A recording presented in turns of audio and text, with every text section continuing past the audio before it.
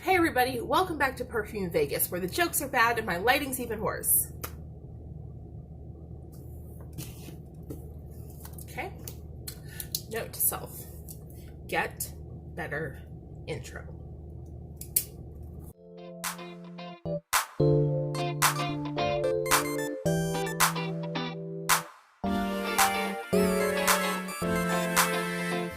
Hi guys, I'm Holly Golightly and this is Perfume Vegas.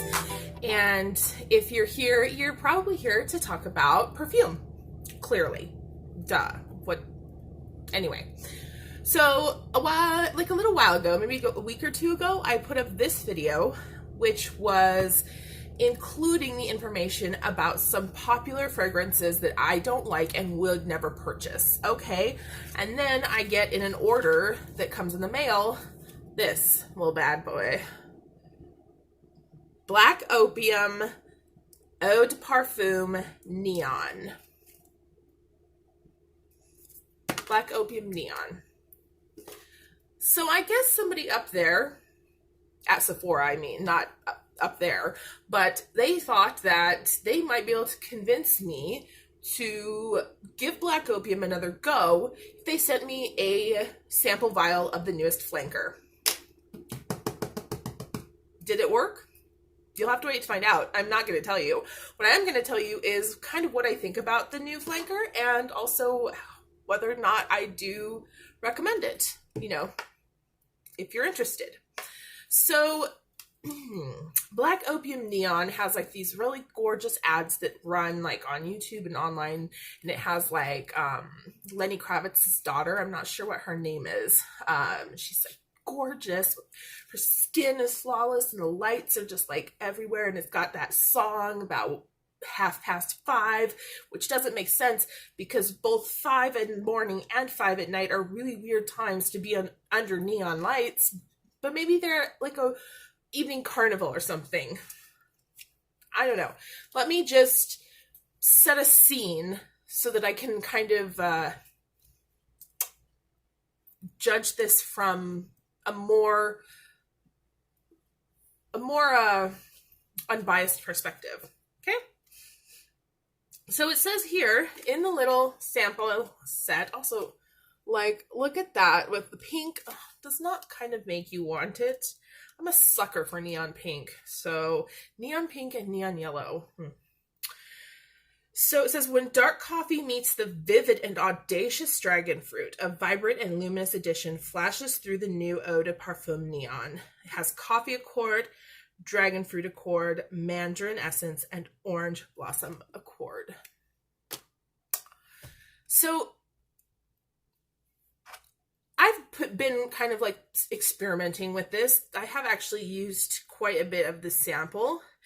And whenever I put it on, it does, the dragon fruit mandarin, the juicy kind of fruity scent is the first thing that comes forward. It definitely doesn't have a very sweet initial projection. I mean, it's sweet in the way that fruits are sweet, but it's not sweet in the way that the original Black Opium is very sweet, kind of boozy and vanilla. It dries down. It dries down, obviously. So as it begins to dry down, the fruit becomes more and more bold. You also get that floral, the neroli or orange blossom accord there in the middle of the scent as it begins to dry down as well. And it's a very pretty scent.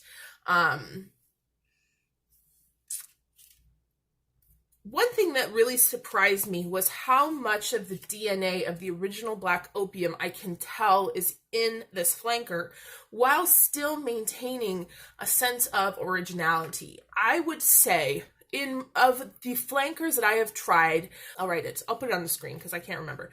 I only remember the bottles with, anyway. Yeah, it's still different enough from the previous incarnations of Black Opium to be fairly interesting, I guess, you know? If you like Black Opium, you will like this unless you have some absolute total disgust for fruity fragrances. If you didn't like the original Black Opium, you may find Black Opium Neon more palatable because it does have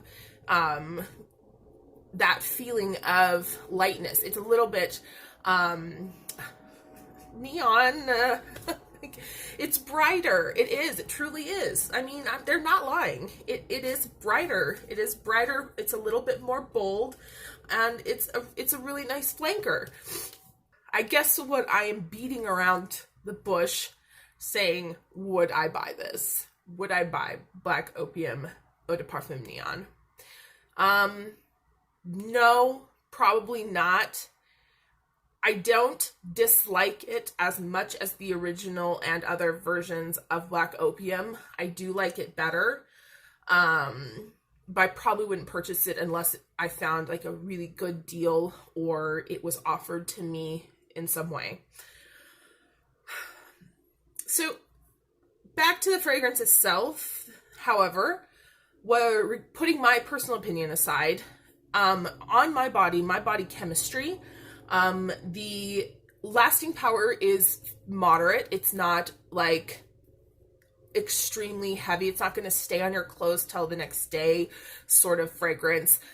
It faded for me in about 6 hours. And then the projection sillage is fairly mild. It's not despite the name and the imagery of the neon lights, it is not a really in-your-face fragrance, which I think is another reason that it would be a good flanker for somebody who maybe likes Black Opium but isn't thrilled by the original. Those fruity scents tend to be a little bit more light just in general, so they're not projecting out as much off of your skin. You could absolutely layer this with like the original Black Opium and get a heavier fragrance, or layer it with just a vanilla base and get a heavier fragrance, but I don't know why you'd want to do that, because on its own, this is really nice on its own. This is definitely more of a spring summer scent. I don't think it would work very well in cold weather. This would be a really good scent to go on a vacation with, to a tropical place, especially if you were a single person who was going to be doing a lot of clubbing. This, I think, would make a great clubbing fragrance, to be honest, because it's close enough to you that somebody has to be in to really smell you, but it's also got that really, that undeniably attractive Black Opium coffee DNA that will make people take notice. So all in all, as a recommendation for a fragrance, if you are interested, I would say definitely at least get a sample, get your nose on Black Opium Neon, Eau de Parfum Neon. I won't be purchasing it just because I don't need it. I don't love it that much. But when it comes to the Black Opium fragrance line, it's sisters and brothers. I do like Black Opium Neon quite a bit more than any of the other flankers, and also more than the originals. So there you have it. So I hope that this kind of quick first impressions and overview is helpful. If you have any specific questions about the fragrance, you can leave them in the comments below. I am happy to answer them to my best ability. This scent is available now for purchase. You can buy it pretty much anywhere that sells YSL fragrances, although I do think it is still too new at the time of this recording. It is still too new to find on the outlet sites, the discount retailers. So if you wanted to get it for a better deal, you are going to be better off waiting, or else if you have like a coupon or something for like Sephora Ulta, that probably would work.